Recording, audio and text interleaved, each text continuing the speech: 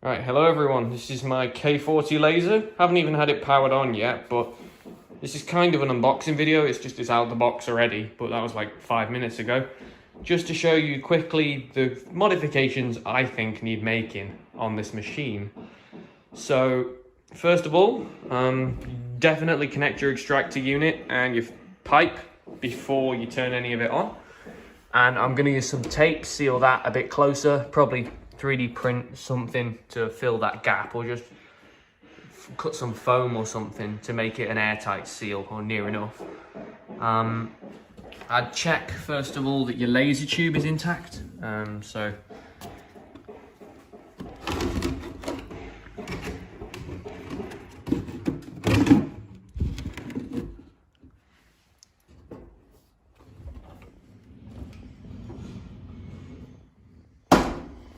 Check this is all intact.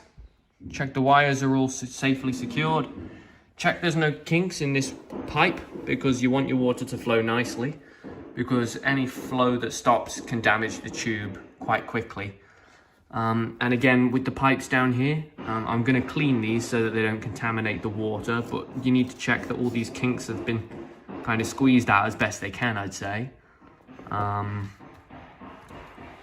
You want to check, this is probably the most important one in terms of safety. This little ground wire joint here, you can see there I've scratched off the paint, because that should be a really highly conductive connection. So I've scratched off the paint, and then we've got this little configuration of bits. Originally it was this, and then a plastic washer, and then the case, then a metal washer, then another plastic washer, then a nut, then the ground wire, then another nut. Now, to me, that doesn't make much sense, because the only point where it's really connecting is the washer. And if that's not been tightened directly next to a nut, then you're not going to have hardly any conductivity. So the way I'm doing it is I've filed off at the back, and then I'm going to have this, and then that'll go through the case, and then I'm going to have the washer. And then, because of the design of this, it's got this section that hasn't got a thread. I'm using another nut that's slightly bigger, so this one, and that'll act as effectively a spacer. So that'll go through the case. You'll have your washer, then your bigger nut, which acts as a spacer because you can't tighten this because there's no thread. Then one of these, then a plastic one, and then another one with the ground wire tightened in with it. So I'll show you that once it's done. Now I've tightened on the new ground joint, so you can see there the back of the head is touching the metal of the case that I'd filed down. So that should be a nice connection. And then again on this side, I filed it down as best I can, although it's kind of awkward to reach. And then we've got the washer, then the larger nut which acts as a spacer, then the smaller nut which is tightening all that on, then the ground wire joint, which goes directly to the 3-pin connector over there, and then the another small nut to tighten that, which just ensures that it's as conductive as possible, so that if ever the case did get electrified, it would all just be routed straight into the earth wire. So the next thing is the pipes have got this polystyrene that's stuck to them. So I'm just going to use my nails and a bit of water to just clean all that off, because I'm using this 25-litre bucket over here. That's a brewing bucket, and that's going to hold the 25 litres of deionized water I've got over here, which ensures that there's no arc and there's no risk of shorting the case or anything. So, and it won't build up limescale, it's not conductive, it's just generally much better to use this. I mean, this was like £15, which is, well, it's £15. I'm just trying to work out what it is in other currencies. And basically you can get that online. I just bought a big bottle of it, and I'm going to tip that in the bucket.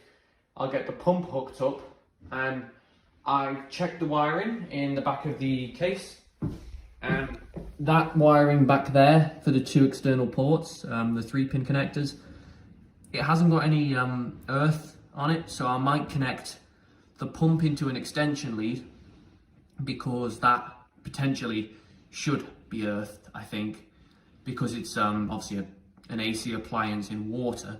but the extractor fan which it comes with is only a 2-pin foreign connector anyway, so I'll just plug that into one of these at the back. And that's it for now. So I'm just going to clean up that pipe and get the water system hooked up, and then I'll rejoin the video there. Just a quick side note here, the pump that comes with it doesn't have any instructions, even though it says quite specifically there, read the instructions, which I find kind of ironic. But you can put the feet on, the bottom, literally you just twist them on, so it comes with some feet, and you put them in there, twist them on, and then that'll stick to the bottom of what ideally should be a decent sized water container.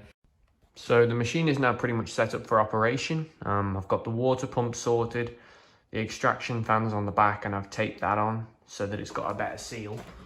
Still not perfect, but it's no big gap now. Very important safety things. When you're putting an arc through the CO2, it can produce oxygen and monoxide, so worth having a carbon monoxide to hand alarm, because that will just tell you if ever it releases any. And obviously some very good safety glasses are very, very important. Now these ones, if you can just see on the camera there, have got a marking on the lens, 10600 nanometer OD4+. So it's very important to get some good quality ones. Those ones are about £30 from Amazon.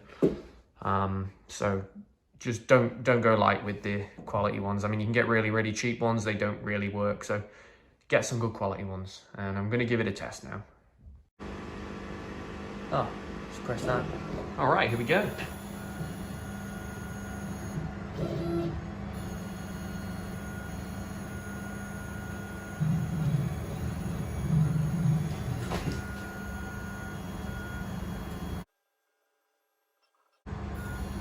So I don't think that's quite set at a high enough power to actually cut through at the moment, but as you can see, it is engraving rather quickly.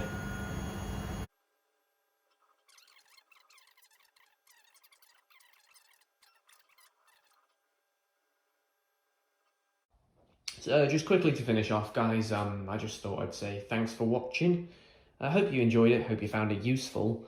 Maybe subscribe if you want. I do tend to vary what I do on my channel. A lot of gaming and programming, 3D printing, laser cutting. It's just a random assortment of crap I enjoy doing. So I've turned it all off now. It's all currently on the one extension lead at the back there. Well, like I said at the start of the video, I've got the pump on there, the laser on there, and then the fan plugs into the laser because it's a 2-pin connector. So it's all safely switched off. You can still see a display on the temperature because that's battery powered. So just keep an eye on that until it eventually turns off. And then you'll have to replace the battery, because I mean, it arrived in a great big box with polystyrene, and that little temperature monitor was still on. They've obviously, I mean, it's just, there's no way to turn it off, so that's fine. After using it, the carbon monoxide didn't see any peak at all, nothing. And you can see, as I said, I'll have to change the focal length slightly, get that beam a little bit thinner. At the minute, that's perfect for engraving, but if you want to cut, I probably need to, because that was resting on top of the clamp thing. So I'm going to move it so that it's, replace the bed and clamp it within the clamp, and it should be a better match.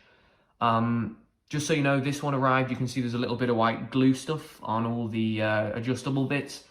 The company who shipped this out have already done all the configuration, and like I said, that was the first time I've tested it, so, and I'm very impressed. I mean, I reckon I'll give it a test next time, move it to each corner, you know, do the test, check it's doing the right measurements, check it's got the right steps per millimeter set up. But basically, I'm thinking they've configured this perfectly. I mean, it really is doing amazing. So just add some more safety features, add some more controls, flow meters, things like that. And then I'll do another video showing you the modifications I've made within the first, say, couple months. So I'll leave it at that. See you guys.